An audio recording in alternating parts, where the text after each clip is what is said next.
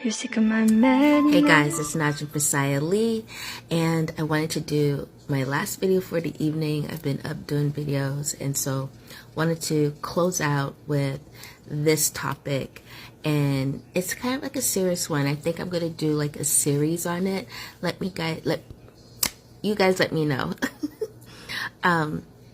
So this is about moving your life forward, and maybe I'll do a few more videos on this. So it's called Moving Your Life Forward. And so let's talk candidly, especially with this topic is for my women out there, ones that follow me, who are my followers, my subscribers, my clients, my potential clients, whoever they are, but especially for the women. And this includes myself as well. So I want to talk candidly. And I've been on the spiritual journey for a very long time, but as a transformational guide, like really as a transformational guide, I said it'll be 10 years in doing that as a transformational guide. Yeah, about 10 years. Yeah, I would say more than 10 years, but I would say 10 years. And I have come across a lot of people, especially women. And one thing that is constant, and I want us to really look at this, like, why are we doing this? Why is this happening? Is that we give up on ourselves. We give up on ourselves. And what I mean by give up on ourselves is that we are crumbling and sitting on the crumbs instead of, okay, we crumble, we look at the crumbs, and we stand back up and walk forward. Crumbs going to be there, whether you pick it up, throw it in the garbage, or you put it down the trash dumpster, or you eat the crumbs, or you ignore the crumbs and you keep on going. I've heard so much of not wanting to look at self. I don't know what that is, of not wanting to look at ourselves in the mirror fully, clearly, without any obstruction. We avoid looking at our eyes. We avoid looking at our face. You know, the only time we're kind of looking is when we're doing our makeup. But it's not an intense look of consciously looking at ourselves.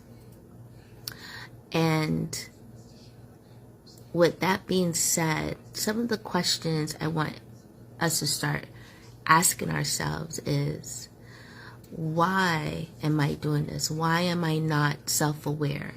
Why am I not conscious of what I'm doing? Why am I not standing in my power? And it can go on and on with other questions, but I want to start off with being conscious, being present with ourselves. You know, why are we not present with ourselves? So I'll give some examples. One of those examples is we don't hear ourselves talk. We don't hear ourselves talk. We don't see ourselves right. We're not observant of ourselves. And when I say that is when we don't hear ourselves talk. I remember going through this years ago with my own self, and it was many years when I started really going through the wormhole, I call it, of exploration of myself. Someone has said this to me too, like, you don't hear what you say. You talk nothing positive.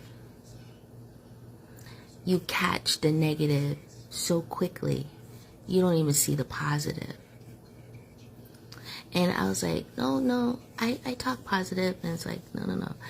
Talking positive is different than observing the positive to speak it, right? Observing the positive to speak it. right? So we can all talk positive to each other or give an appearance of, I'm a positive person. I'm, always positive when I speak. But are you really? Are you really? And we're not. We want, well, let me ask you, do you want something in your life to change? Is there something or several things in your life that you want to change? And if the answer is yes, what are you doing that is helping to make that change happen? And if you are doing something, at the end of the day, are you only catching the negative? Is that what the first thing it is? The negative? Always the negative? Always something this, something that, something this, something that. You are highlighting the negative. If you're highlighting the negative, is that going to bring more negative, or does that cut the negative down? Does it bring more situations that you didn't even think would happen? Or is it like, I knew that was going to happen. Didn't I say yesterday that, see, it happened? Is it because of the continuous negative talk that the next day and the next day and the next day, the universe just gives you that back?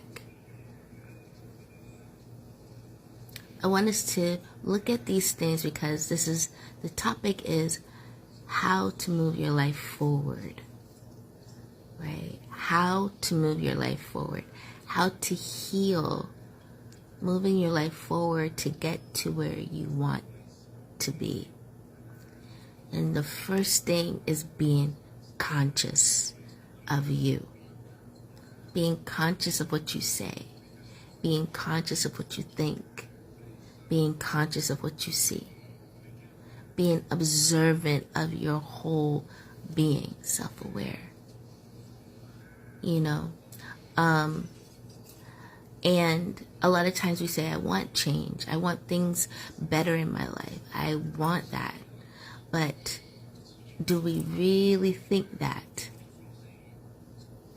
Do we consciously think that?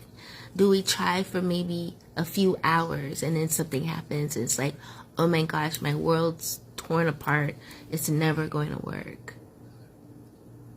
Let me leave you with this before I go into another video. Let me leave you with this, and then what I want you guys to do is tell me in the comment sections, give me some feedback. What are you going through? What's happening in your life, right?